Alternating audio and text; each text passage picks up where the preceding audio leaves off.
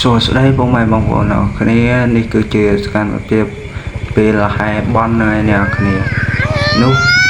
អ្នកដែលនៅលើខ្នល់គឺគេមកដល់នឹងគេឈប់សិនគេចាំគ្នាសិនអ្នកគ្នាដល់ពេលខ្ញុំលហែពីផ្ទះទៅអ្នកគ្នានេះគឺចាំគ្នា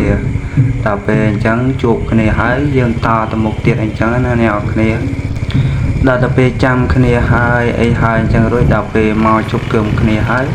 គឺបន្តទៅមុខទៀតអ្នកគ្នាគឺមានប្រុសមានស្រី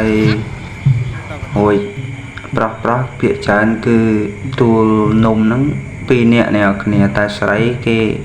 ម្នាក់ឯងទេអ្នកគ្នានេះគឺមានក្មេងៗក៏ច្រើនដែរអ្នកគ្នា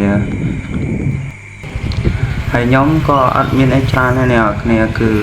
ជិះម៉ូតូមុនអ្នកគ្នាគឺថតតាមគេពីក្រោយអញ្ចឹងណាអ្នកគ្នា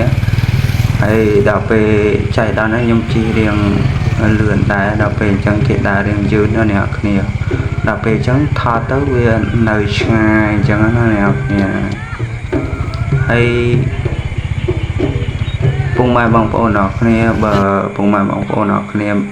មានការធ្វើបន់អញ្ចឹងគឺដូចគ្នាហ្នឹងឯងអ្នកគ្នាហើយនេះគឺមានគេវាយស្គរវាយអីដល់ពេលនេះគឺមកដល់មុខពហិយអ្នកគ្នាមកដល់មុខពហិយគឺចាំគ្នាសិនចាំទៀតអ្នកគ្នាចាំទៀតហើយ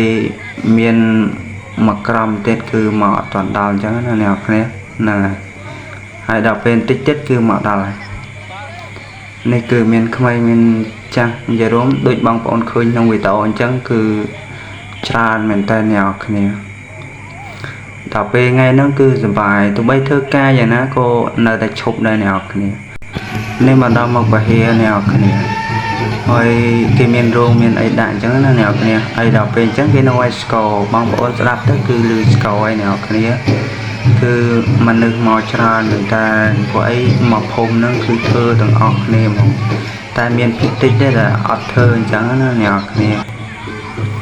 ហើយដល់ពេលអញ្ចឹងមានអ្នកលក់អីគេលក់នឹងក្មេងៗមានលក់ការ៉េមលក់អីចឹងណាអ្នកគ្នាមានលក់ទាំងបើ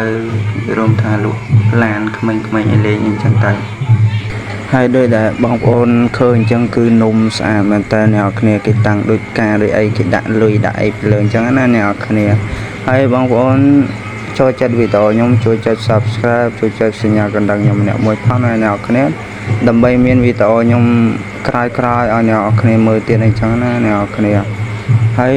ខ្ញុំក៏មានអីច្រើនដែរអ្នកគ្នាសូមអរគុណបងប្អូនទុកជាមុនហើយអ្នកគ្នាហើយអ្នកគ្នាគឺស្គាល់ channel ខ្ញុំហើយគឺ channel ខ្ញុំ Pro Visual KX ហ្នឹងហើយអ្នកគ្នាហើយចាំជួបគ្នានៅវីដេអូក្រោយបាយបាយអ្នកគ្នាសូមអ្នកគ្នាសុខសប្បាយសុខភាពល្អគ្រប់គ្នា